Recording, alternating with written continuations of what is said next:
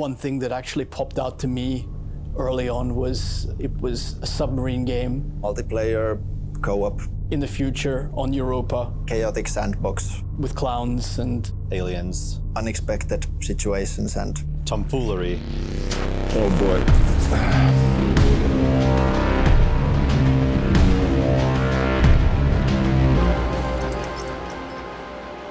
Game idea sort of was born from my love for these games like Dwarf Fortress or Space Station 13, where sort of nothing is scripted and everything like emerges from the game mechanics. It just opens up the possibilities so much more. Like there's basically no limit what you can turn the game into. It was probably around 2016 or something along those lines when I released like the first public playable version of the game. It wasn't really that playable, but some people tried it and some of them apparently even enjoyed it. Yeah, Barotrauma was just like something I worked in the evenings after school. I found this local game studio called Fakefish and applied for an internship there. As a portfolio, you had the SCP Containment Breach, so game that had like millions of downloads. It was a free game, but you know, still we were like, shit, who is this guy? we have to get him in, and there was already like community, like people were discussing about it. There was like some videos in YouTube, and we were like, wait a sec, like what is what is this? When it started off, Aku had me take a look at the build, a very, very early build, and I remember like taking a look at it over a weekend and being completely confounded by it. It took a few moments for it all to sink in, but once I started to understand it, I thought this is going to be so cool to work on. Role-playing fits Barotrauma, like naturally. You have your role on the submarine, and what you do like gives rise to stories and events.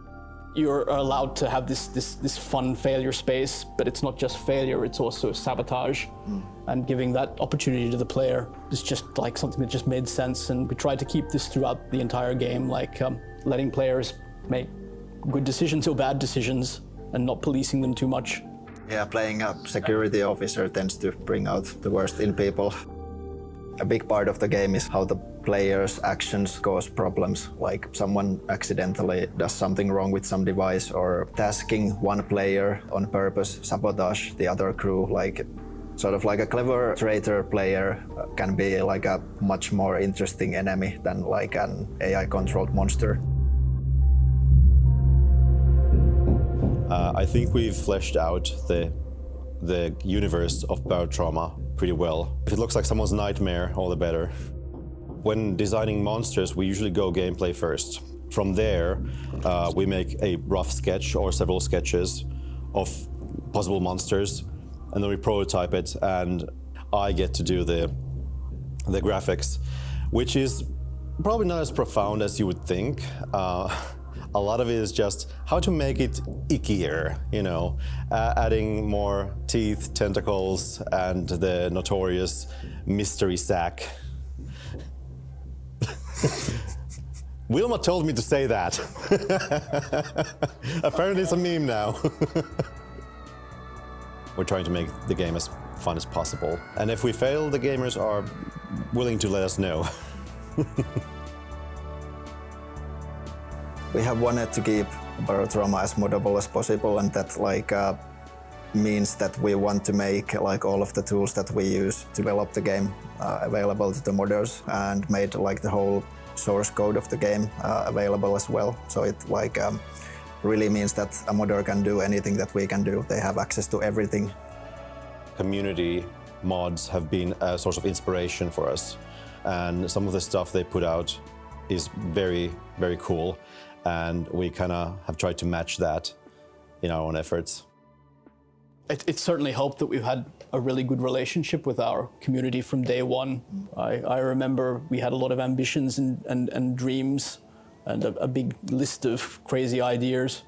And I thought, you know, if we could get 10% of those, then we'd be okay. And I think we got a bit more than 10%. Yeah.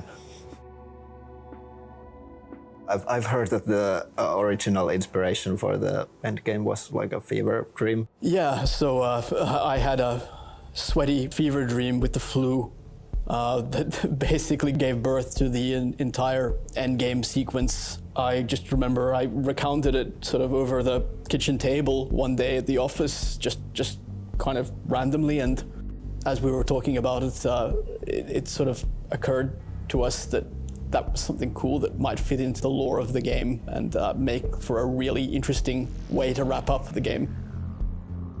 We have been developing the game quite long time now, and we need to kind of like get ourselves in the point where we can say like, this is sort of ready game. That's quite scary to say loud, but I think that's what the game needs.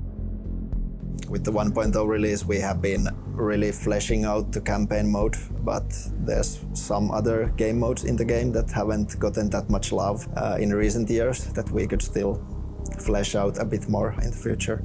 Even though we are moving from early access to 1.0, there's still a lot of stuff that I would like to do, a lot of stuff to add to the game and things to improve, and there's definitely still going to be some updates and more content.